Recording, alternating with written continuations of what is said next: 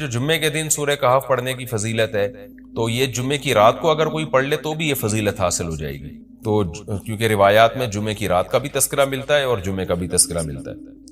الحمدللہ الذی، تمام تعریفیں اس اللہ کے لیے ہیں، انزل علی عبدہ الکتاب، جس نے اپنے بندے پر کتاب کو نازل کیا، ولم یجعل لہ عوجا، اور اس کتاب میں اس نے کوئی کجی نہیں رکھی۔ یہ قرآن کا کمال ہے۔ آپ الحمد سے لے کے والناس تک پڑھیں، دو اور دو چار کی طرح اس کی آیتیں اور اس کے مضامین سمجھ میں آتے ہیں۔ قرآن کے علاوہ کوئی بھی مذہبی کتاب آپ پڑھ لینا تو آپ کو سمجھ میں نہیں آئے گی کہ یہ کیا کہا جا رہا ہے اس میں، اور وہ باتیں نیچر کو اپیل بھی نہیں کریں گی، اور انسان وسوسوں کا شکار ہو جائے گا اور مصیبت میں پڑ جائے گا۔ لیکن قرآن کے دعوے کتنے واضح ہیں، اور دعووں میں تناقض نہیں ہے۔ قرآن نے کہا خدا ایک ہے، ہر جگہ یہی کہا کہ ایک ہے۔ محمد صلی اللہ علیہ وسلم کو کہا کہ نبی ہیں، بشر ہیں، نبی ہیں، تو بشریت کو ثابت کیا قرآن میں۔ جہاں نبی صلی اللہ علیہ وسلم سے اوٹ پٹانگ معجزوں کا مطالبہ کیا گیا تو بتا دیا گیا میں بشر ہوں۔ ایک ہی دعویٰ رہا ہے مسلسل شروع سے آخر تک، اور آخری نبی ہونے کا جب دعویٰ کیا گیا تو آخری ہی، یہ نہیں کہ پھر قرآن میں اشارے دے دیے ہوں کہ کوئی اور نبی بھی آئے گا۔ تو تناقض نہیں ہے قرآن میں۔ نماز کو فرض کیا تو نماز فرض ہے۔ تو یہ جتنے مضامین، پھر اخلاقیات کی جو تعلیم دی وہ تعلیم سیم ہے۔ تو یہ ہے کہ عوج نہیں ہے، بالکل نیچر کو اپیل کرنے والی دو اور دو چار کی طرح صاف ستھری باتیں قرآن مجید میں۔ یہ خود قرآن کا ایک بہت بڑا معجزہ ہے۔ آپ کبھی بھی کسی جھوٹے آدمی کو جب سنیں گے نا، اس کی باتوں میں ٹکراؤ بہت ہوگا۔ میں ایک دفعہ تحقیق کر رہا تھا، یہ منکرین حدیث جو ہیں، جنہوں نے کہا، دعویٰ کیا کہ حدیث حجت نہیں ہے، تو ہمارے شیخ حضرت مفتی رشید احمد صاحب رحمہ اللہ تعالی نے اصل الفتاوی کی دوسری جلد میں ان کے خلاف بہت کچھ لکھا ہے۔ تو اس میں ایک بڑی دلچسپ بات یہ تھی کہ جب یہ منکرین حدیث کا جو بانی ہے نا، پرویز نام تھا اس کا، پورا نام اس وقت ذہن میں نہیں ہے، تو اس کی کتابوں سے حضرت نے تناقض نکالا۔ مفتی رشید احمد صاحب رحمۃ اللہ علیہ نے تناقض کیا نکالا؟ ایک جگہ لکھ رہا ہے کہ حدیث حجت نہیں ہے، دوسری جگہ لکھ رہا ہے کہ حدیث حجت تو ہے لیکن جن ذرائع سے ہم تک پہنچی وہ ذرائع حجت نہیں ہے، اور ایک جگہ لکھ رہا ہے کہ حدیث حجت بھی ہے لیکن صرف نبی صلی اللہ علیہ وسلم کے دور تک کے لیے حجت ہے، ہمیشہ کے لیے حجت نہیں ہے۔ تو ایسے کئی تناقض۔ تو اس میں حضرت نے لکھا کہ اس سے پتہ چلتا ہے کہ یہ بیچارہ خود اس کو پتہ نہیں ہے کہ یہ اس کا دعویٰ کیا ہے، یعنی اس سے صاف واضح ہوتا ہے کہ ان کا مقصد صرف اور صرف ہمیں اسلام سے ہٹانا ہے، اور حدیث کو مشکوک قرار دے کر، کیونکہ زیادہ تر جو قوانین ہمیں اسلام کے ملتے ہیں وہ تو قرآن میں بہت کم ملتے ہیں، وہ تو احادیث میں ملتے ہیں۔ قرآن تو زیادہ تر عقیدے کی بات کرتا ہے، آخرت کے تصور کو ہماری نظروں میں اجاگر کرتا ہے، اخلاقیات سکھاتا ہے، مسائل، فقہی مسائل، وہ تو زیادہ تر احادیث میں ہے، اسلامی قانون جسے ہم کہتے ہیں۔ تو مقصد اس کا یہ ہے کہ اسلامی قانون سے کسی طرح لوگوں کو ہٹایا جائے۔ تو جیسے جس وقت بن پڑی وہ دعویٰ اس نے کر دیا۔ کبھی مجلس دیکھی کہ یار اس وقت یہ دعویٰ کرنا زیادہ مناسب ہے کہ حدیث حجت تو ہے لیکن جن ذرائع سے پہنچی وہ ذرائع قابل اعتماد نہیں ہے، تو وہاں اس نے یہ دعویٰ کر دیا۔ تو جھوٹا آدمی کسی ایک بات پہ ٹکتا نہیں ہے۔ آپ مرزا غلام احمد قادیانی کے دعووں کو دیکھ لیں، اس کی کتابوں میں کہیں وہ لکھتا ہے کہ میں نبی نہیں ہوں، میں تو امام ہوں، اور کہیں لکھتا ہے کہ میں، شروع میں اس نے یہ دعویٰ کیا تھا کہ میں نبی نہیں ہوں، میں امام مہدی ہوں، پھر اس نے دعویٰ کیا میں حضرت وہی عیسیٰ علیہ الصلوۃ والسلام جو مسیح موعود وہ ہوں۔ اس کی کتابوں میں اتنا ٹکراؤ ہے، وجہ اس کی ہے کہ باطل کا ایک ہدف ہوتا ہے، تو وہ دیکھتا ہے کہ جیسا دیس ویسا بھیس۔ جیسے اس کا ہدف ہوتا ہے شہرت، دولت، اور یا لوگوں میں پھوٹ ڈالنا، یا کوئی منصب حاصل کرنا کسی سے، تو وہ پھر دیکھتا ہے کہ جس وقت جو طریقہ اس کو سوٹیبل لگتا ہے نا، وہ وہی طریقہ اختیار کر لیتا ہے۔ تو ہر باطل میں یہ ہوتا ہے۔ آج بھی ہم دیکھتے ہیں جو اہل باطل ہوتے ہیں وہ کسی ایک بات پہ ٹکتے نہیں ہیں۔ ایک تو ہوتا ہے نا انسان سے غلطی سے ایک دعویٰ ہو گیا، اس سے رجوع کر لے، وہ ایک الگ چیز ہے، وہ تو ہر انسان سے خطا ہو سکتی ہے، لیکن اہل باطل کے دعووں میں بہت ٹکراؤ ہوتا ہے، وہ کسی ایک بات پہ ٹکتے نہیں ہیں۔ آج بہت سارے اسکالرز ایسے ہیں کہ آپ جب ان کی تقریریں سنیں گے یا ان کی کتابیں پڑھیں گے تو انہیں بہت ٹکراؤ نظر آئے گا۔ اسی سے صاف پتہ چل جاتا ہے کہ یہ لوگ اپنے دعوے میں مخلص نہیں ہیں، ان کا مقصد پھوٹ ڈالنا ہے۔ تو جتنی جو تحریف شدہ آسمانی کتابیں ہیں، یہ جتنے باطل مذاہب ہیں، ان میں بھی آپ کو یہ ٹکراؤ نظر آئے گا۔ تو قرآن یہ دعویٰ بار بار کرتا ہے کہ اللہ تعالیٰ نے جو کلام اپنے حبیب صلی اللہ علیہ وسلم پہ نازل کیا، اس میں آپ کو عوج نظر نہیں آئے گا، کوئی کجی نظر نہیں آئے گی، بہت واضح دو اور دو چار کی طرح وہ اپنے دعووں کو دعوے کرتا ہے قرآن مجید، اور اس پر دلائل قائم کرتا ہے۔ قیماً، اللہ فرماتے ہیں سیدھا سیدھا کلام ہے، لینذر بأسا، تاکہ یہ ڈرا دے کہ اللہ تو نے اتنا صاف ستھرا کلام نازل کیوں کیا. اللہ کہتے ہیں دو وجہ سے، برے لوگوں کو ڈرانے کے لیے، اچھے لوگوں کو امیدیں دلانے کے لیے، تاکہ برے لوگ برائی سے بچیں اور اچھے لوگوں کو موٹیویشن ملے. یہ دعویٰ بھی قرآن کا کتنا پیارا اور کتنا صاف ستھرا ہے. برائی کو ختم کرنا چاہتا ہے قرآن، اچھائی کو پروموٹ کرنا چاہتا ہے. لِيُنذِرَ بَأْسًا شَدِيدًا، ہم نے کیوں نازل کیا؟ تاکہ یہ ڈرا دے شدید عذاب سے، مِن لَدُنْهُ، اللہ کی طرف سے، یعنی اللہ کی طرف سے ڈرا دے. وَيُبَشِّرَ الْمُؤْمِنِينَ، اور ایمان والوں کو خوشخبریاں سنا دے. کون سے ایمان والے؟ الَّذِينَ يَعْمَلُونَ الصَّالِحَاتِ، جو اچھے اعمال کرتے ہیں. کیا خوشخبری سنا دے؟ ان لہم اجرا حسنا، کہ ان کو اجر ملے گا بہت اچھا، اور ایسا اجر ملے گا ماکثین فیہ ابدا، رہیں گے اس اجر میں وہ ہمیشہ ہمیشہ. وینذر الذین قالوا، اور تاکہ یہ کلام ڈرا دے ان لوگوں کو، الذین قالوا، جو کہتے ہیں اتخذ اللہ ولدا. اللہ نے ڈرانے کا ذکر 2 دفعہ کیا، اس لیے کہ ایک تو عام لوگ جو برے ہوتے ہیں ان کو ڈرا دے، اور مشرکین میں خاص طور پر یہ برائی تھی کہ یہود و نصارہ کی باتوں میں آ کے اللہ کے لیے اولاد ٹھہرا لیا کرتے تھے. وہ فرشتوں کو بیٹیاں کہہ دیا، یا عیسائیوں کی باتوں میں آ کے اللہ کے لیے اولاد ٹھہرا دی. تو اس لیے اللہ نے خاص طور پر ان مشرکین اور ان کافروں کا ذکر کیا جو نبی صلی اللہ علیہ وسلم کے دور میں اللہ کے لیے اولاد ٹھہراتے تھے، کہ اللہ ان کو بھی ڈرا دیا جائے. وَيُنذِرَ الَّذِينَ قَالُوا، اور ڈرا دے ان لوگوں کو جو کہتے ہیں اتخذ اللہ ولدا، کہ اللہ نے ٹھہرا لی ہے اولاد. سورہ کہف بھی مکی صورتوں میں سے ہے نا، تو اس میں بھی توحید کا مضمون بہت ہوگا. مَا لَهُم بِهِ مِنْ عِلْمٍ، نہیں ہے ان کے لیے اس دعوے پر کوئی دلیل. وَلَا لِآبَائِهِمْ، اور نہ ان کے باپ دادا کے پاس کوئی دلیل تھی. یہ اکثر کہتے تھے نا بھائی ٹھیک ہے ہمارے پاس دلیل نہیں ہے لیکن ہم اپنے باپ دادا کو فالو کرتے ہیں. تو اللہ کہتے تمہارے باپ دادا کے پاس کون سے اس دعوے کی کوئی دلیل تھی؟ اور یہ جملہ ہلکا نہیں ہے. کبرت کلمتن، بہت بڑا ہے یہ کلمے کے اعتبار سے. ایسا کلمہ جو ان کی منہ سے نکلتا ہے، منہ سے نکلنے والا کلمہ، یہ بہت بڑا کلمہ ہے، بہت بھاری ہے زمین اور آسمان پر، کہ اللہ کے لیے اولاد ٹھہرا دی. ان یقولون الا کذبا، نہیں بولتے یہ لوگ مگر نرا جھوٹ بولتے ہیں یہ. فلعلک باخع نفسک علی آثارہم، اللہ تعالیٰ اپنے حبیب صلی اللہ علیہ وسلم کو تسلی دے رہے ہیں کہ اتنا سری جھوٹ بولتے ہیں اور آپ کی دعوت اتنی واضح ہے پھر بھی ایمان نہیں لاتے.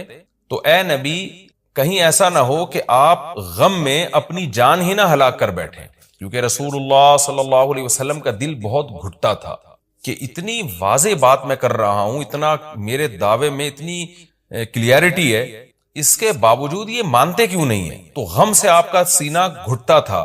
تو اللہ نے آپ کو بتایا کہ یہ آپ کی حالت یہ ہو گئی ہے شاید کہ آپ اپنی جان ہی ہلاک کر بیٹھیں. دیکھیں اللہ کا شاید یہ ہماری زبان میں اللہ ہم سے بات کرتے ہیں نا، ورنہ اللہ کے لیے تو شاید نہیں، اللہ کے لیے جو چیز ہوتی ہے یقینی ہوتی ہے. تو یہاں شاید کا مطلب کیا ہوگا کہ کوئی بھی دیکھنے والا آپ کی کنڈیشن کو دیکھے نا اس وقت، تو وہ کہے گا کہ آپ کی موت نہ واقع ہو جائے، اتنا غم ہے آپ کو. تو مقصد ہے غم کی شدت کو بیان کرنا. تو اللہ فرماتے ہیں شاید کہ آپ اپنی جان ہی ہلاک کر بیٹھیں ان کے پیچھے، یعنی ان کے غم میں. اگر یہ لوگ اس قرآن پر ایمان نہ لے کر آئے، اسفا، افسوس اور غم میں آپ کی جان ہی کہیں آپ ہلاک نہ کر بیٹھیں. پھر آگے اللہ بتا رہے ہیں کہ یہ ایمان کیوں نہیں لے کر آتے. آپ غم نہ کریں، آپ کی دعوت میں کوئی کمی نہیں، آپ کے دلائل میں کوئی کمی نہیں. ایمان نہ لانے کی وجہ ہم بتاتے ہیں کیا ہے. کچھ لوگ لائیں گے، کچھ نہیں لے کر آئیں گے. وجہ کیا ہے وہ ہم بتا رہے ہیں اگلی آیت میں. انا جعلنا ما علی الارض، ہم نے بنایا ہے ہر اس چیز کو جو زمین کے اوپر ہے، زینت اللہ، زمین کے لیے، یعنی زمین والوں کے لیے زینت، اٹریکٹیو بنایا ہم نے. زمین اجڑی ہوئی ہوتی، کسی کا دل ہی نہ لگتا زمین میں، تو سارے آخرت ہی کی فکر میں لگ جاتے. لیکن زمین میں اٹریکشن ایسی پیدا کر دی ہے کہ یہ اللہ سے غافل کرتی ہے، حق سے دور کرتی ہے. ہر آدمی اس زمین کی زینت کو حاصل کرنے کی کوشش کرتا ہے. زینت وہ چیز ما یتزین، جو مزین ہوتی ہے اور جس کی طرف انسان کی اٹریکشن ہوتی ہے، چاہے حقیقت میں وہ اٹریکشن کے قابل ہو یا نہ ہو. جیسے گندگی کا ڈھیر ہے، اٹریکشن نہیں ہوتی، لیکن آپ نے اس کے اوپر ایک خوبصورت ململ کا کپڑا ڈال کے خوشبو چھڑک دی تو اب وہ دیکھنے میں بھلی لگنے لگے گی. تو جو چیز دیکھنے میں بھلی لگتی ہے اس کو مزین کہا جاتا ہے، چاہے حقیقت میں ہو یا نہ ہو. تو اللہ نے کہا کہ ہم حقیقت میں زمین اچھی ہے یا نہیں ہے، یہ لوگ اس کو نہیں دیکھتے، بس اٹریکٹیو ہے. اس کو دیکھتے ہیں کہ اس کا یہ اٹریکٹ کرتی ہے اپنی طرف. حقیقت میں دیکھا جائے تو مسافر خانہ ہے نا, کتنی بھی مل جائے تو ختم ہونے والی ہے, تو فنا ہونے والی چیزوں سے کون دل بہلاتا ہے. لیکن اللہ بتا رہے کہ ہم نے چونکہ اس کو مزین کر دیا ہے, تو اس مزین ہونے کا نتیجہ یہ ہے کہ کچھ لوگ اس میں پڑھ کے اللہ کو بھول جاتے ہیں اور کچھ اس کی حقیقت کو دیکھ کر اللہ کو یاد رکھتے ہیں. تو آزمائش جبھی ممکن ہے جب اس زمین کو اٹریکٹیو بنایا جائے. آگے اس لیے اللہ نے فرمایا کہ ہم نے بنایا ہے جو کچھ اس زمین کے اوپر ہے زینت اللہ, زمین کے لیے مزین. کیوں بنایا ہے؟ لنبلوہم, تاکہ ہم لوگوں کو آزمائیں, ایہم احسن عملا, کہ ان میں عمل کے لحاظ سے زیادہ اچھا کون ہے. اگر زمین کو مزین نہ بنایا جاتا تو سارے عمل کے لحاظ سے بہت اچھے ہو جاتے, کیونکہ قربانی نہ دینی پڑتی. اب اس مزین زمین کی بہت سی چیزوں کو چھوڑنا پڑتا ہے. نماز کے وقت دکان چھوڑنی پڑتی ہے, اور صدقات و خیرات کے وقت مال کی قربانی دینی پڑتی ہے, اور جو شریعت کے جتنے بھی احکام ہیں تو جاہ کی قربانی دینی پڑتی ہے, منصب کی قربانی دینی پڑتی ہے. تو اللہ کہتے ہیں ہم نے چونکہ مزین بنا دیا تاکہ ہم لوگوں کو آزمائیں. تو ظاہر ہے جب آزمائش ہوتی ہے تو اے نبی کچھ لوگ کامیاب ہوتے ہیں اور کچھ لوگ ناکام ہوتے ہیں. تو آپ چاہتے ہیں کہ ساری دنیا ایمان لے آئے, سارے نیک بن جائیں, یہ آپ کی چاہت پوری نہیں ہو سکتی, کیونکہ امتحان میں 100% لوگ کامیاب عام طور پر نہیں ہوا کرتے. وَإِنَّا لَجَاعِلُونَ مَا عَلَيْهَا صَعِيدًا جُرُوزًا, اور یاد رکھو جو کچھ زمین کے اوپر ہے ہم اس کو بنانے والے چٹیل میدان. یعنی اللہ نے جب یہ کہا نا کہ زمین کے اوپر کی چیزوں کو ہم نے مزین کر دیا, تو آگے نافرمانوں کو ایک دھمکی بھی دے دی ہے کہ تم جو اس میں پڑھ کر ایمان سے اور نیک عمل سے غافل ہو رہے ہو کہ بھئی اتنی اٹریکشن ہے, تو اس کا ایک دوسرا پہلو بھی ہے. وہ پہلو کیا ہے؟ چٹیل میدان بن جائے گی, سب تباہ و برباد ہو جائے گا. یعنی ایگزامینیشن ہال میں جب جو نعمتیں آپ کو دی جاتی ہیں وہ ہمیشہ کے لیے تھوڑی دی جاتی ہیں, وہ تو اس وقت تک کے لیے دی جاتی ہیں جب تک امتحان چل رہا ہے, اس کے بعد وہ لے لی جاتی ہیں واپس.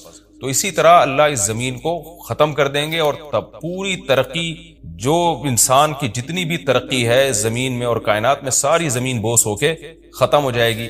اور اللہ تعالیٰ جس مقصد کے لیے انسان کو پیدا کیا گیا اس مقصد کے بارے میں انسان سے سوال کریں گے. ام حسبت ان اصحاب الکہف والرقیم, قرآن نے یہ کچھ تمہید بیان کی کہ یہ دنیا آزمائش کے لیے اور سب کچھ ختم ہو جائے گا, جو قرآن کا اصل مقصود ہے. اب قرآن ایک واقعے کی طرف آتا ہے. مشرکین مکہ یہود و نصارہ سے بہت سی چیزیں سنا کرتے تھے, اور یہود آ کے ان کو چپکے چپکے گائیڈ کرتے تھے کہ جس نے نبوت کا دعویٰ کیا نا تم ان سے یہ سوال پوچھو, تم ان سے یہ سوال پوچھو. پھر یہود دیکھتے تھے کہ ہماری تورات کے مطابق جواب ملتا ہے کہ نہیں ملتا. تو ان کا یعنی خیال یہ تھا کہ محمد صلی اللہ علیہ وسلم جواب نہیں دے پائیں گے تو ہم بتائیں گے دیکھو ہماری تورات میں تو یہ لکھا ہے, اگر یہ اللہ کے نبی ہیں تو یہ تو ہر آسمانی کتاب یہ واقعہ بیان کرتی ہے, تو قرآن کیوں بیان نہیں کر رہا. تو یہودیوں نے آ کے مشرکین مکہ سے کہا, مشرکین مکہ نے نبی صلی اللہ علیہ وسلم سے سوال پوچھا. ان میں 3 سوال تھے. ایک روح سے متعلق جس کا سورہ بنی اسرائیل میں جواب دے دیا گیا, ایک حضرت ذوالقرنین سے متعلق کہ وہ کون سا بادشاہ تھا جس نے پوری دنیا پہ حکومت کی ہے, ان کا تذکرہ اللہ نے قرآن میں بیان کیا, اور ایک اصحاب کہف کے بارے میں. تو اب قرآن ان کے واقعے کو بیان کر رہا ہے. ام حسبت ان اصحاب الکہف والرقیم کانوا من آیاتنا عجبا, اے نبی آپ یہ سمجھتے ہیں کہ اصحاب کہف اور جبل والے, پہاڑ والے لوگ, غار اور پہاڑ والے لوگ کیا ہماری نشانیوں میں سے بڑی عجیب نشانی تھے؟ کیا آپ یہ سمجھتے ہیں؟ یعنی یا تو اس کا جواب یہ کہ واقعی یہ نشانی تھے, یا یہ کہ یہ اتنی بڑی نشانی نہیں تھے جتنی بڑی اس کائنات کو بنا دینا بڑی نشانی ہے. اذ اول فتیتو, اللہ نے اس واقعے کو بیان کیا, اس وقت کو یاد کرو جب چند نوجوانوں نے ٹھکانہ پکڑا الی الکہف, ایک بڑے غار کی طرف, فقالو, پھر کہنے لگے. اب دیکھیں قرآن جب واقعہ بیان کرتا ہے نا تو سوال تو مشرکین نے اصحاب کہف کا پوچھا تھا, بتا دیا جاتا بھئی ایک زمانے میں اصحاب کہف تھے جو مشرک بادشاہ تھا جس کے ظلم سے تنگ آ کے وہ علاقہ چھوڑ کے چلے گئے, اور 300 سال غار میں رہے, اور پھر 300 سال کے بعد واپس آئے, اور لوگوں نے پھر بڑی عقیدت کی, محبت کی, بس اتنا کافی تھا. لیکن قرآن واقعہ اس انداز سے بیان کرتا ہے کہ اس میں اسباق ملنا شروع ہو جائیں, ہمیں اس میں اسباق ملنا شروع ہو جائیں. اب دیکھیں شروع کیسے کیا جا رہا ہے. کیا تم یہ سمجھتے ہو کہ اصحاب کہف کا واقعہ کوئی عجیب واقعہ ہے؟ یعنی اللہ کے لیے تو کوئی عجیب نہیں ہے. یعنی انسانوں پر گویا اللہ تعجب کر رہے ہیں کہ اس واقعے کو تم عجیب سمجھ رہے ہو, اور اس سے بڑے عجیب عجیب کام جو ہم نے کر دیے, پانی کے قطرے سے انسان کو بنا دیا, اور اتنا بڑا نظام بنا دیا ہم نے کائنات کا, اس کو عجیب نہیں سمجھ رہے. تو یہ انسان کی بھی عقل ہے نا کہ ایک واقعہ عجیب و غریب ہو جائے تو اس پہ حیران ہو رہا ہوتا ہے، اور وہ پوری کائنات بن گئی اور انسان کا پانی سے وجود میں آ جانا، چونکہ یہ ہم اس کے عادی ہو چکے ہیں یہ منظر دیکھنے کے، تو یہ ہمارے نظر میں عجیب نہیں رہا، ورنہ حقیقت میں تو اس سے زیادہ عجیب کام اللہ کر چکا ہے۔ تو ایک تو سبق اللہ نے ہمیں یہ بتایا اس واقعے میں کہ یہ واقعہ اتنا عجیب نہیں جتنا اللہ کے دوسرے کام زیادہ عجیب ہیں۔ تو قرآن واقعہ بیان کرتا ہے اس انداز سے تاکہ ہمیں اس سے اسباق ملیں۔ اذا والفتیۃ الی الکہف، نوجوانوں نے غار میں پناہ لی، فقالوا ربنا، اور کیا کہنے لگے، اے ہمارے رب، آتنا من لدنک رحمہ، تو دے ہمیں اپنی طرف سے رحمت، اور ہیئ لنا من امرنا رشدا، ہمارے معاملے میں کوئی رشد کا انتظام کر دے، یعنی درستگی کا انتظام کر دے۔ اس میں کیا سبق ملتا ہے کہ جو مشرک بادشاہ تھا، کافر بادشاہ تھا، چند نوجوان اسلام لے کر آئے، اللہ کے برحق دین کو قبول کیا، ان کو یہ یقین تھا کہ ہم اس علاقے میں رہ کر اپنے دین اور مذہب پہ قائم نہیں رہ سکتے، لہذا انہوں نے ارادہ کیا ہم ہجرت کرتے ہیں۔ تو اب ہجرت کر کے جائیں کہاں؟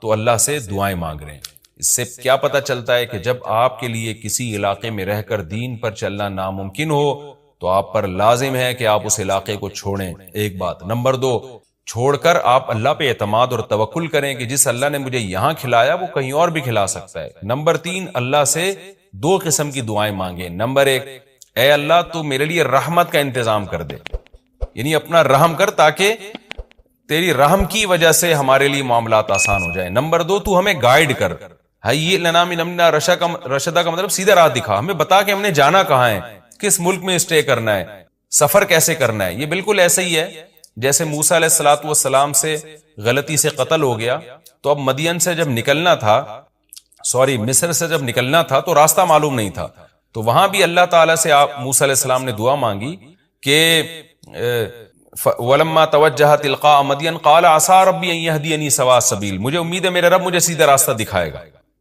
تو جب انسان کو راستے معلوم نہ ہو، گائیڈنس نہ مل رہی ہو کہ جانا کہاں ہے، کہاں اسٹے کرنا ہے، تو ایسے موقع پہ اللہ سے سیدھے راستے کی دعا مانگنی چاہیے۔ تو یہاں بھی انہوں نے دعا مانگی کہ اللہ تو ہمارے لیے رحمت کا انتظام کر دے اور ہمارے لیے ہمیں گائیڈ کر دے کہ ہم نے جانا کہاں ہے، کہاں اسٹے کرنا ہے۔ تو قرآن کہتا ہے ہم نے ان کی دعا کو قبول کی، فَضَرَبْنَا عَلَىٰ آذَانِهِمْ، رحمت کا انتظام کیسے ہوا کہ ہم نے غار کے اندر گئے، ان کے کتے کو ساتھ لے کر غار کے اندر گئے، اور وہاں انہوں نے کہا کہ فی الحال ہم یہاں لوگوں سے چھپ جائیں، کسی طریقے سے پناہ میں آ جائیں، پھر دیکھیں گے جی اٹھ کے ہم نے جانا کہاں ہے۔ تو قتل کے خوف سے نکلے اور غار میں جا کے آرام کیا، تو اللہ کہتے ہیں ہم نے ان کے کانوں پہ پردہ ڈال دیا، سلا دیا گہری نیند، سنین عددا، کئی سال تک، ثم بعثناہم، پھر ہم نے ان کو جگایا، لنعلم ای الحزبین، تاکہ ہم دیکھیں، جس کا نتیجہ یہ نکلا کہ ہم یہ دیکھنا چاہتے تھے ان دونوں میں سے کون سا فریق ایسا ہے احصیٰ لما لبثوا امدا، جو مدت کے اعتبار سے زیادہ کاؤنٹ کرنے والا ہے اس مدت کو، لما لبثوا، جس مدت تک یہ لوگ ٹھہرے۔ یعنی اللہ تعالیٰ بھی گویا ان کو دیکھ کے خوش ہو رہے ہیں کہ دیکھیں ان کے آپس میں تبصرے کیا ہوتے ہیں، کیونکہ کسی کے ساتھ ایسا کبھی نہیں ہوا۔ تو اب جب یہ اٹھیں گے تو اللہ کی گویا کہ اللہ تعالیٰ بھی ان کی بات کو دیکھ کرنا ایک خوش ہو رہے ہیں ان کو دیکھ کے کہ دیکھو میں یہ باتیں آپس میں کیا کرتے ہیں۔ تو کسی نے کیا کہا، کسی نے کیا کہا، یہ سارا تذکرہ آگے آئے گا۔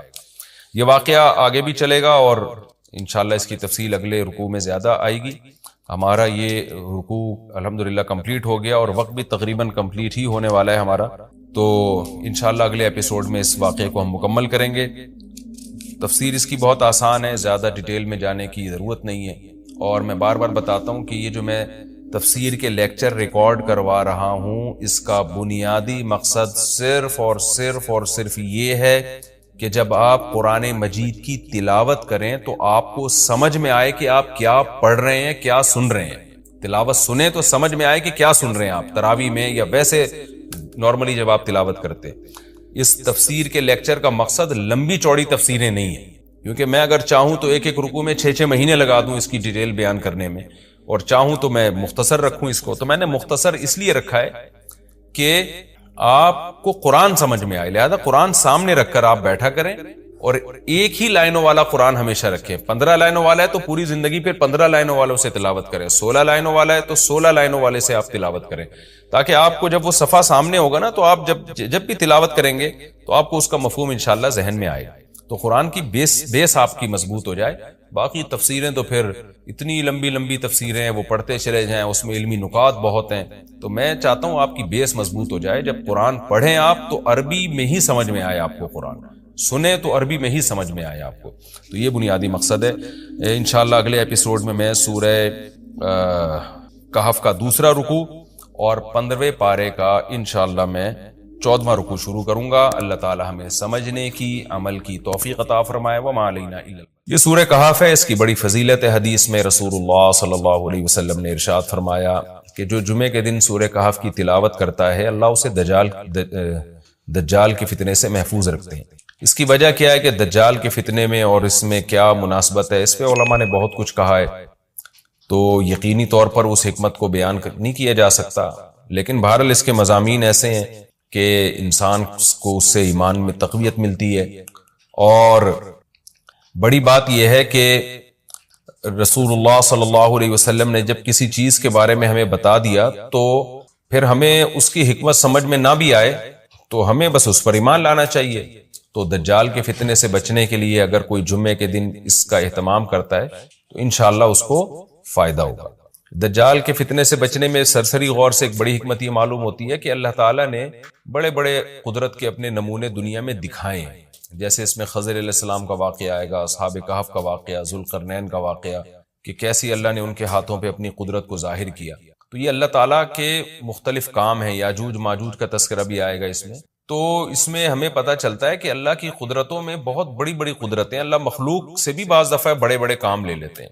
تو دجال بھی اللہ کی ایک مخلوق ہوگا. تو وہ اگر بڑے بڑے محیر العقول کام دکھا رہا ہے تو یہ اس کی علامت نہیں ہوگی کہ یہ خدا ہے. جیسے ذوالقرنین سے اللہ نے بڑا کام لیا تو وہ خدا تھوڑی بن گئے. اور خضر علیہ السلام کے ذریعے اللہ نے مردے کو زندہ ایک جو ہے نا وہ دیوار کو سیدھا کروا دیا اور تختہ جڑوا دیا، اور کچھ انہوں نے اللہ کے بتانے سے غیب کی خبریں بتا دی. تو اس سے وہ خدا تو نہیں بن گئے. اور جو اس طرح اصحاب کہف کئی سو یعنی 300 سال تک غار میں سوتے رہے تو اس سے وہ خدا نہیں بن گئے. تو ایسے ہی دجال کے جب ہم محیر العقول واقعات دیکھیں گے تو یہ اس کی علامت نہیں ہے کہ یہ خدا ہے، بلکہ اللہ کی مخلوق ہے. تو اللہ تعالیٰ نے جیسے پچھلے پیغمبروں میں ایسے واقعات رونما ہوئے اور مقصد لوگوں کی آزمائش تھا، تو دجال بھی لوگوں کی آزمائش ہی کے لیے آئے گا. اور بہت ساری حکمتیں ہیں جو علماء نے بیان کی ہیں. اچھا، یہ جو جمعے کے دن سورہ کہف پڑھنے کی فضیلت ہے تو یہ جمعے کی رات کو اگر کوئی پڑھ لے تو بھی یہ فضیلت حاصل ہو جائے گی. تو کیونکہ روایات میں جمعے کی رات کا بھی تذکرہ ملتا ہے اور جمعے کا بھی تذکرہ ملتا ہے. الحمدللہ الذی، تمام تعریفیں اس اللہ کے لیے ہیں، انزل علی عبدہ الکتاب، جس نے اپنے بندے پر کتاب کو نازل کیا، ولم یجعل لہ عوجا، اور اس کتاب میں اس نے کوئی کجی نہیں رکھی. یہ قرآن کا کمال ہے. آپ الحمد سے لے کے والناس تک پڑھیں، 2 اور 2 4 کی طرح اس کی آیتیں اور اس کے مضامین سمجھ میں آتے ہیں. قرآن کے علاوہ کوئی بھی مذہبی کتاب آپ پڑھ لینا تو آپ کو سمجھ میں نہیں آئے گی کہ یہ کیا کہا جا رہا ہے اس میں، اور وہ باتیں نیچر کو اپیل بھی نہیں کریں گی اور انسان وسوسوں کا شکار ہو جائے گا اور مصیبت میں پڑ جائے گا. لیکن قرآن کے دعوے کتنے واضح ہیں اور دعووں میں تناقض نہیں ہے. قرآن نے کہا خدا ایک ہے، ہر جگہ یہی کہا کہ ایک ہے. محمد صلی اللہ علیہ وسلم کو کہا کہ نبی ہیں، بشر ہیں نبی ہیں. تو بشریت کو ثابت کیا قرآن نے. جہاں نبی صلی اللہ علیہ وسلم سے اوٹ پٹانگ معجزوں کا مطالبہ کیا گیا تو بتا دیا گیا میں بشر ہوں. ایک ہی دعویٰ رہا ہے مسلسل شروع سے آخر تک. اور آخری نبی ہونے کا جب دعویٰ کیا گیا تو آخری ہی، یہ نہیں کہ پھر قرآن میں اشارے دے دیے ہوں کہ کوئی اور نبی بھی آئے گا. تو تناقض نہیں ہے قرآن میں. نماز کو فرض کیا تو نماز فرض ہے. تو یہ جتنے مضامین، پھر اخلاقیات کی جو تعلیم دی وہ تعلیم سیم ہے. تو یہ ہے کہ عوج نہیں ہے، بالکل نیچر کو اپیل کرنے والی 2 اور 2 4 کی طرح صاف ستھری باتیں ہیں قرآن مجید میں. یہ خود قرآن کا ایک بہت بڑا معجزہ ہے. آپ کبھی بھی کسی جھوٹے آدمی کو جب سنیں گے نا اس کی باتوں میں ٹکراؤ بہت ہوگا. میں ایک دفعہ تحقیق کر رہا تھا، یہ منکرین حدیث جو ہیں جنہوں نے کہا دعویٰ کیا کہ حدیث حجت نہیں ہے، تو ہمارے شیخ حضرت مفتی رشید احمد صاحب رحمہ اللہ تعالی نے اصل الفتاوی کی 2 جلد میں ان کے خلاف بہت کچھ لکھا ہے. تو اس میں ایک بڑی دلچسپ بات یہ تھی کہ جب یہ منکرین حدیث کا جو بانی ہے نا، پرویز نام تھا اس کا، پورا نام اس وقت ذہن میں نہیں ہے، تو اس کی کتابوں سے حضرت نے تناقض نکالا. مفتی رشید احمد صاحب رحمۃ اللہ علیہ نے تناقض کیا نکالا؟ ایک جگہ لکھ رہا ہے کہ حدیث حجت نہیں ہے، دوسری جگہ لکھ رہا ہے کہ حدیث حجت تو ہے لیکن جن ذرائع سے ہم تک پہنچی وہ ذرائع حجت نہیں ہے. اور ایک جگہ لکھ رہا ہے کہ حدیث حجت بھی ہے لیکن صرف نبی صلی اللہ علیہ وسلم کے دور تک کے لیے حجت ہے، ہمیشہ کے لیے حجت نہیں ہے۔ تو ایسے کئی تناقض، تو اس میں حضرت نے لکھا کہ اس سے پتہ چلتا ہے کہ یہ بیچارہ خود اس کو پتہ نہیں ہے کہ یہ اس کا دعویٰ کیا ہے، یعنی اس سے صاف واضح ہوتا ہے کہ ان کا مقصد صرف اور صرف ہمیں اسلام سے ہٹانا ہے، اور حدیث کو مشکوک قرار دے کر، کیونکہ زیادہ تر جو قوانین ہمیں اسلام کے ملتے ہیں وہ تو قرآن میں بہت کم ملتے ہیں، وہ تو احادیث میں ملتے ہیں۔ قرآن تو زیادہ تر عقیدے کی بات کرتا ہے، آخرت کے تصور کو ہماری نظروں میں اجاگر کرتا ہے، اخلاقیات سکھاتا ہے، مسائل، فقہی مسائل، وہ تو زیادہ تر احادیث میں ہے، اسلامی قانون جسے ہم کہتے ہیں۔ تو مقصد اس کا یہ ہے کہ اسلامی قانون سے کسی طرح لوگوں کو ہٹایا جائے۔ تو جیسے جس وقت بن پڑی وہ دعویٰ اس نے کر دیا۔ کبھی مجلس دیکھی کہ یار اس وقت یہ دعویٰ کر رہے ہیں زیادہ مناسب ہے کہ حدیث حجت تو ہے، لیکن جن ذرائع سے پہنچی وہ ذرائع قابل اعتماد نہیں ہے، تو وہاں اس نے یہ دعویٰ کر دیا۔ تو جھوٹا آدمی کسی ایک بات پہ ٹکتا نہیں ہے۔ آپ مرزا غلام احمد قادیانی کے دعووں کو دیکھ لیں، اس کی کتابوں میں کہیں وہ لکھتا ہے کہ میں نبی نہیں ہوں، میں تو امام ہوں، اور کہیں لکھتا ہے کہ میں، شروع میں اس نے یہ دعویٰ کیا تھا کہ میں نبی نہیں ہوں، میں امام مہدی ہوں، پھر اس نے دعویٰ کیا میں حضرت وہی عیسیٰ علیہ الصلوۃ والسلام جو مسیح موعود وہ ہوں۔ اس کی کتابوں میں اتنا ٹکراؤ ہے، وجہ اس کی ہے کہ باطل کا ایک ہدف ہوتا ہے، تو وہ دیکھتا ہے کہ جیسا دیس ویسا بھیس، جیسے اس کا ہدف ہوتا ہے شہرت، دولت، اور یا لوگوں میں پھوٹ ڈالنا، یا کوئی منصب حاصل کرنا کسی سے، تو وہ پھر دیکھتا ہے کہ جس وقت جو طریقہ اس کو سوٹیبل لگتا ہے نا، وہ وہی طریقہ اختیار کر لے۔ تو ہر باطل میں یہ ہوتا ہے، آج بھی ہم دیکھتے ہیں جو اہل باطل ہوتے ہیں وہ کسی ایک بات پہ ٹکتے نہیں ہیں۔ ایک تو ہوتا ہے نا انسان سے غلطی سے ایک دعویٰ ہو گیا اس سے رجوع کر لے، وہ ایک الگ چیز ہے، وہ تو ہر انسان سے خطا ہو سکتی ہے، لیکن اہل باطل کے دعووں میں بہت ٹکراؤ ہوتا ہے، وہ کسی ایک بات پہ ٹکتے نہیں ہیں۔ آج بہت سارے اسکالرز ایسے ہیں کہ آپ جب ان کی تقریریں سنیں گے یا ان کی کتابیں پڑھیں گے تو انہیں بہت ٹکراؤ نظر آئے گا۔ اسی سے صاف پتہ چل جاتا ہے کہ یہ لوگ اپنے دعوے میں مخلص نہیں ہیں، ان کا مقصد پھوٹ ڈالنا ہے۔ تو جتنی جو تحریف شدہ آسمانی کتابیں ہیں، یہ جتنے باطل مذاہب ہیں، ان میں بھی آپ کو یہ ٹکراؤ نظر آئے گا۔ تو قرآن یہ دعویٰ بار بار کرتا ہے کہ اللہ تعالیٰ نے جو کلام اپنے حبیب صلی اللہ علیہ وسلم پہ نازل کیا، اس میں آپ کو عوج نظر نہیں آئے گا، کوئی کجی نظر نہیں آئے گی، بہت واضح 2 اور 2 4 کی طرح وہ اپنے دعووں کو دعوے کرتا ہے قرآن مجید، اور اس پر دلائل قائم کرتا ہے۔ قیمن، اللہ فرماتے ہیں سیدھا سیدھا کلام ہے، لینذر بأسا، تاکہ یہ ڈرا دے۔ کہ اللہ تو نے اتنا صاف ستھرا کلام نازل کیوں کیا؟ اللہ کہتے ہیں 2 وجہ سے، برے لوگوں کو ڈرانے کے لیے، اچھے لوگوں کو امیدیں دلانے کے لیے، تاکہ برے لوگ برائی سے بچیں اور اچھے لوگوں کو موٹیویشن ملے۔ یہ دعویٰ بھی قرآن کا کتنا پیارا اور کتنا صاف ستھرا ہے۔ برائی کو ختم کرنا چاہتا ہے قرآن، اچھائی کو پروموٹ کرنا چاہتا ہے۔ لِيُنذِرَ بَأْسًا شَدِيدًا، ہم نے کیوں نازل کیا؟ تاکہ یہ ڈرا دے شدید عذاب سے، من لدنہ، اللہ کی طرف سے، یعنی اللہ کی طرف سے ڈرا دے۔ وَيُبَشِّرَ الْمُؤْمِنِينَ، اور ایمان والوں کو خوشخبریاں سنا دے۔ کون سے ایمان والے؟ الَّذِينَ يَعْمَلُونَ الصَّالِحَاتِ، جو اچھے اعمال کرتے ہیں۔ کیا خوشخبری سنا دے؟ ان لہم اجرا حسنا، کہ ان کو اجر ملے گا بہت اچھا، اور ایسا اجر ملے گا ماکثین فیہ ابدا، رہیں گے اس اجر میں وہ ہمیشہ ہمیشہ۔ وینذر الذین قالوا، اور تاکہ یہ کلام ڈرا دے ان لوگوں کو، الذین قالوا، جو کہتے ہیں اتخذ اللہ ولدا۔ اللہ نے ڈرانے کا ذکر 2 دفعہ کیا، اس لیے کہ ایک تو عام لوگ جو برے ہوتے ہیں ان کو ڈرا دے، اور مشرکین میں خاص طور پر یہ برائی تھی کہ یہود و نصارہ کی باتوں میں آ کے اللہ کے لیے اولاد ٹھہرا لیا کرتے تھے، وہ فرشتوں کو بیٹیاں کہہ دیا، یا عیسائیوں کی باتوں میں آ کے اللہ کے لیے اولاد ٹھہرا دی۔ تو اس لیے اللہ نے خاص طور پر ان مشرکین اور ان کافروں کا ذکر کیا جو نبی صلی اللہ علیہ وسلم کے دور میں اللہ کے لیے اولاد ٹھہراتے تھے، کہ ان کو بھی ڈرا دیا جائے۔ وَيُنذِرَ الَّذِينَ قَالُوا، اور ڈرا دے ان لوگوں کو جو کہتے ہیں اتخذ اللہ ولدا، کہ اللہ نے ٹھہرا لی ہے اولاد۔ سورہ کہف بھی مکی صورتوں میں سے ہے نا، تو اس میں بھی توحید کا مضمون بہت ہوگا۔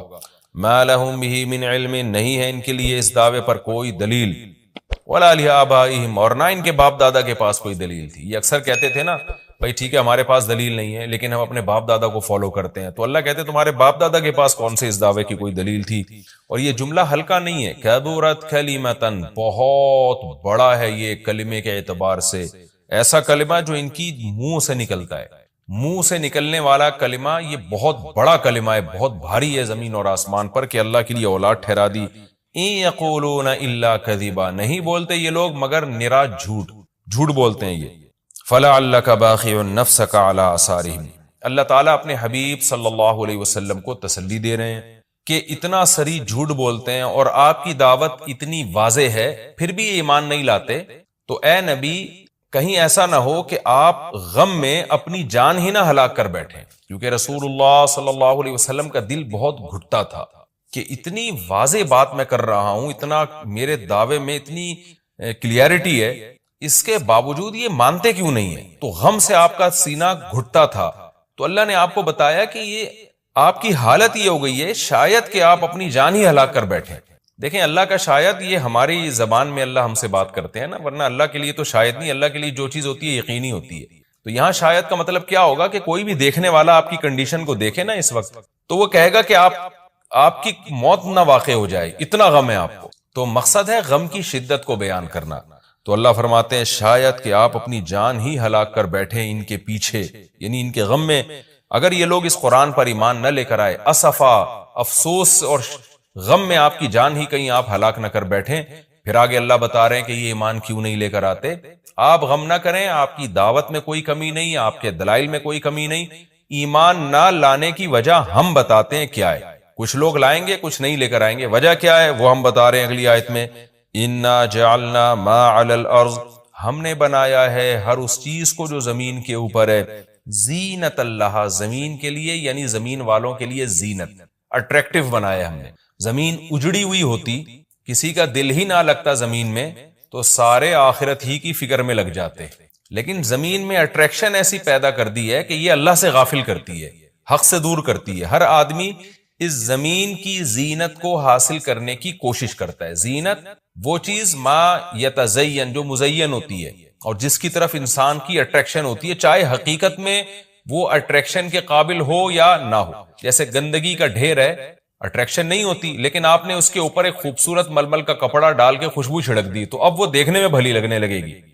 تو جو چیز دیکھنے میں بھلی لگتی ہے اس کو مزین کہا جاتا ہے، چاہے حقیقت میں ہو یا نہ ہو۔ تو اللہ نے کہا کہ ہم حقیقت میں زمین اچھی ہے یا نہیں ہے یہ لوگ اس کو نہیں دیکھتے، بس اٹریکٹیو ہے اس کو دیکھتے ہیں کہ اس کا یہ اٹریکٹ کرتی ہے اپنی طرف۔ حقیقت میں دیکھا جائے تو مسافر خانہ ہے نا، کتنی بھی مل جائے تو ختم ہونے والی ہے، تو فنا ہونے والی چیزوں سے کون دل بہلاتا ہے، لیکن اللہ بتا رہے کہ ہم نے چونکہ اس کو مزین کر دیا ہے، تو اس مزین ہونے کا نتیجہ یہ ہے کہ کچھ لوگ اس میں پڑھ کے اللہ کو بھول جاتے ہیں اور کچھ اس کی حقیقت کو دیکھ کر اللہ کو یاد رکھتے ہیں۔ تو آزمائش جبھی ممکن ہے جب اس زمین کو اٹریکٹیو بنایا جائے۔ آگے اس لیے اللہ نے فرمایا کہ ہم نے بنایا ہے جو کچھ اس زمین کے اوپر ہے، زینت اللہ، زمین کے لیے مزین۔ کیوں بنایا ہے؟ لِنَبْلُوَهُمْ، تاکہ ہم لوگوں کو آزمائیں، ایہم احسن عملا، کہ ان میں عمل کے لحاظ سے زیادہ اچھا کون ہے۔